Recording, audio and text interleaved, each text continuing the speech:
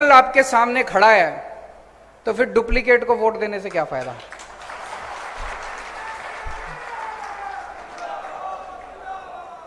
जब ओरिजिनल आपके सामने खड़े हैं तो फिर नकलची को वोट देने से क्या फायदा, डुप्लीकेट को वोट देने से क्या फायदा। ओरिजिनल को ही लो ना, ओरिजिनल माल लो मार्केट से, वोट दोगे तो ओरिजिनल माल मिल जाएगा। तो मैं आज चन्नी साहब से अपील करना चाहता हूं कि पहली बात, किसानों के साथ बैठ के, किसान जत्थेबंदियों के साथ बैठ के आप ये हिसाब लगाओ कि फसलों का जो बेमौसम बारिश से धान खराब हुई है उसका, और जो गुलाबी सुंडी की वजह से फसलें बर्बाद हुई है, नरमा बर्बाद हुआ है उसका, कितना लागत थी, कितना नुकसान हुआ।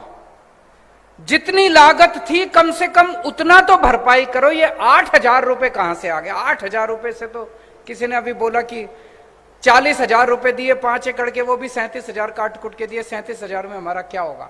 37,000 में तो घर का खर्चा भी नहीं निकलेगा। तो जितनी लागत थी कम से कम उतनी लागत तो किसानों को दो।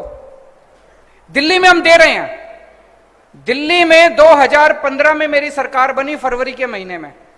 अप्रैल के महीने में मेरे पास किसान आए, बोले जी हमारी फसल बर्बाद हो गई। मैं किसानों के साथ उनके गांव में गया, गांव के अंदर ही मीटिंग बुलाई सारे किसानों की। वहीं पे उन्होंने मेरे को सारी कैलकुलेशन करके दी। कैलकुलेशन करके उन्होंने बताया जी 18,000 रुपए एकड़ के हिसाब से हमारा नुकसान हुआ है। वहीं पे उसी गांव के अंदर अफसरों को हमने ऑर्डर करा, 20,000 रुपए एकड़ के हिसाब से हमने ऐलान कर दिया, और 3 महीने के अंदर, ऐसा नहीं कि ज्यादा, 3 महीने के अंदर सबके अकाउंट के अंदर पैसा चला गया। उसके बाद से लेके हमने पॉलिसी बना दी, तब से लेके आज तक जितनी बार पिछले 7 साल के अंदर दिल्ली के अंदर किसानों की फसलें बर्बाद हुई है, हमने 20,000 रुपए एकड़ के हिसाब से उनको मुआवजा दिया है। तो मैं चन्नी साहब से कहना चाहता हूं, अपील करना चाहता हूं कि आप भी जितना बर्बाद जो फसल की लागत है उस लागत को कम से कम आप इनको दो।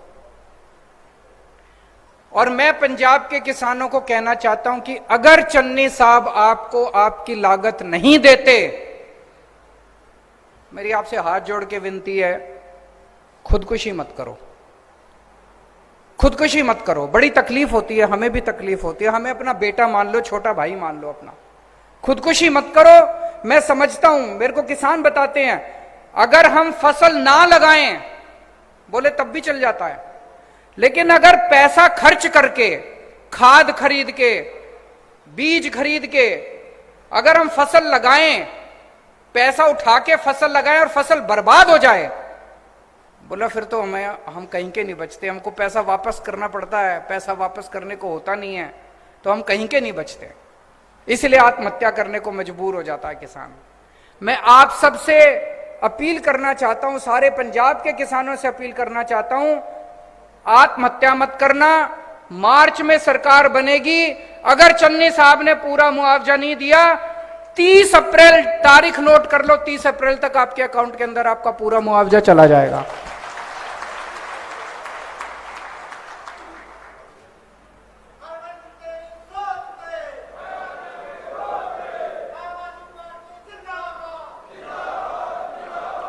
दूसरा, जितने मजदूर हैं, जिन मजदूरों ने खेत में काम किया, फसल बर्बाद हो गई, जमींदार बेचारा मजदूरों को भी पैसे नहीं दे पाता।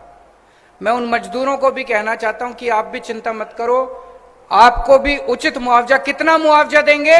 लागत, जितनी लागत आती है और जितना आपके साथ बैठेंगे, किसान जत्थेबंदियों के साथ बैठेंगे। जैसे दिल्ली के अंदर मैं किसानों के साथ बैठा, किसानों ने 18,000 रुपए मांगे, हमने 20,000 रुपए दे दिए। यहां पे कितनी लागत आती है, आपके साथ बैठेंगे, मार्च के महीने में बैठेंगे, जितनी लागत आपकी है, इन दोनों बेमौसम बारिश की वजह से और गुलाबी सुंडी की वजह से जितनी भी आपकी बर्बाद हुई है, उसका मुआवजा हम आपको 30 अप्रैल तक दे देंगे। तो आज 2 चीजें ऐलान कर रहा हूं। एक तो ये, 1 अप्रैल के बाद से पंजाब के अंदर किसी किसान को आत्महत्या नहीं करने देंगे, और दूसरा,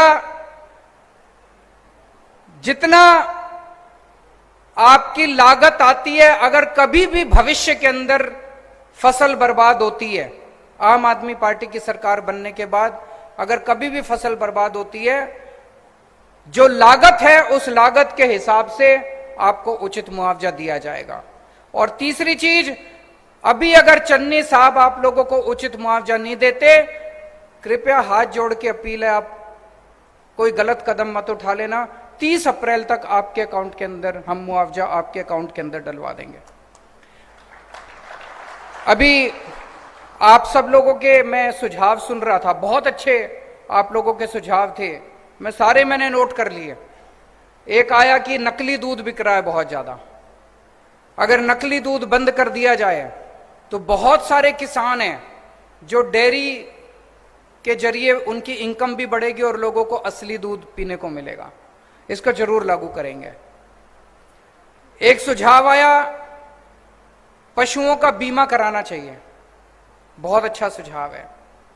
एक किसी ने, शायद हमारा दिल्ली का वो जो हमने घोल बनाया है, पराली, अभी एक किसान पराली जलाने के लिए मजबूर होता है, मजबूरी में जलानी पड़ती है। एक किसान भाई ने बताया कि जी सबसे ज्यादा जब वो किसान अपने खेत की पराली जलाता है, सबसे ज्यादा धुआं तो उस किसान के परिवार को झेलना पड़ता है, वो किसान बीमार होता है उस धुएं की वजह से। दिल्ली के अंदर हमने क्या किया, हमने घोल बनाया है। उस घोल को अगर आप अपने खेत में छिड़क दो तो आपकी पूरी वो जो पराली है वो गल जाती है और गल के खाद बन जाती है वो 10 से 15 दिन के अंदर। और उसके अंदर उसके बाद वो खाद जो है वो आपके खेत को और ज्यादा उपजाऊ करती है, आपकी अगली फसल जो है वो और बढ़ती है। ये घोल, पूरा घोल दिल्ली सरकार अपने पैसे पे बनवाती है और अपने पैसे पे पूरी दिल्ली के सारे किसानों के खेत में फ्री छिड़काव करती है। ये हम पंजाब में भी करेंगे, आपको पराली जलाने की जरूरत नहीं पड़ेगी, आपके खेतों के अंदर उस घोल का छिड़काव फ्री में करेंगे। लेकिन एक और बड़ी मजे की बात है, पंजाब के अंदर मैंने कई लोगों से बात करी, पराली से कोयला बनता है, पराली से बिजली बनती है, पराली से गत्ता बनता है। और ये पंजाब के अंदर मैंने 6-7 ऐसी फैक्ट्रियां देखी हैं, उन सारे फैक्ट्री वालों को मैंने दिल्ली बुला के उनसे बात की।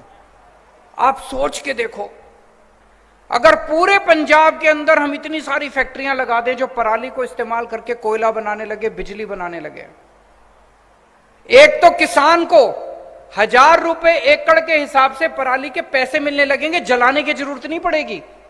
और वो फैक्ट्री वाला खुद आपकी पराली काट के ले जाएगा, आपका कोई पैसा नहीं लगेगा, आपको 1000 रुपए एकड़ मिलेगा। और पूरे पंजाब के अंदर इतनी फैक्ट्रियां लग सकती हैं कि इतने बच्चों को रोजगार मिलेगा। अभी एक किसी ने बोला एग्रो प्रोसेसिंग इंडस्ट्री लगाने के लिए, बहुत अच्छा सुझाव है। तो ये जैसे पराली है, इसी तरह से न जाने कितनी एग्रो प्रोसेसिंग इंडस्ट्री लगा सकते हैं। और उसमें अपने को अंबानी अडानी को नहीं लाना, किसानों के ग्रुप मिलके, किसानों के बच्चों के ग्रुप मिलके, अब आपको कनाडा भेजने की जरूरत नहीं है अपने बच्चों को, यहीं पे आपके गांव के अंदर इंडस्ट्री लगाएंगे, आपके शहर के अंदर इंडस्ट्री लगाएंगे। इतनी इंडस्ट्री लग सकते हैं, इतना विकास हो सकता है। एक किसी ने बड़ा अच्छा सुझाव दिया डीएपी की फैक्ट्री लगाने का, बिल्कुल सही बोल रहे हैं कि हमारे किसान, गरीब किसान उन्हीं की फैक्ट्री में जाके काम करते हैं और वहीं का डीएपी जो है हमारे पंजाब के अंदर इस्तेमाल हो। हम क्यों नहीं लगा सकते डीएपी की फैक्ट्री? लगानी चाहिए। बहुत अच्छे अच्छे सुझाव आए हैं, इन सारे सुझावों को मैंने नोट किया है। और अंत में वो अमनप्रीत ने जो बोला था, वो कहां है वो लड़का अमनप्रीत? बच्चे, मैं आपको भरोसा दिलाना चाहता हूं, हम मिलके करेंगे। जैसे दिल्ली के अंदर हमने स्कूल बदल दिए, सरकारी स्कूलों के इस साल नतीजे, सरकारी स्कूलों के बच्चों के 99.8% नतीजे आए, 99.8% नतीजे। सोच सकते हो, सरकारी स्कूलों के बच्चों के नतीजे 99.8% आए हैं। अगर हम दिल्ली के सरकारी स्कूल बदल सकते हैं, दिल्ली के सरकारी अस्पताल बदल सकते हैं, दिल्ली की बिजली, पानी, सड़कें बदल सकते हैं, तो पंजाब की खेती भी बदल सकते हैं। मिलके बदल सकते हैं। तो मैं आपको यकीन दिलाना चाहता हूं, पंजाब के अंदर जब मौका मिलेगा खेती को इज्जत का धंधा बनाएंगे, खेती को मुनाफे का धंधा बनाएंगे। और जो अभी भगवंत भाई ने बोला कि सबसे ऊपर पहले नंबर पे खेती होगी, दूसरे नंबर पे व्यापार होगा और तीसरे नंबर पे नौकरी होगी, इसको वैसे ही करेंगे। इसकी मैं पूरी, जैसे मैंने कहा, बहुत बड़ी प्लानिंग कर रहे हैं हम लोग। 1-1.5 महीने के बाद मैं दोबारा आपके बीच में आऊंगा सारी पूरी प्लानिंग करके। आज केवल इस चीज के लिए आया था क्योंकि दिल में बड़ी तकलीफ हो रही थी कि किसान आत्महत्या कर रहे हैं। आज आपको ये कहने के लिए आया था, आत्महत्या मत कीजिए, इंतजार कीजिए, 6 महीने के बाद आम आदमी पार्टी की सरकार आ रही है, मिलके पंजाब को बदलेंगे।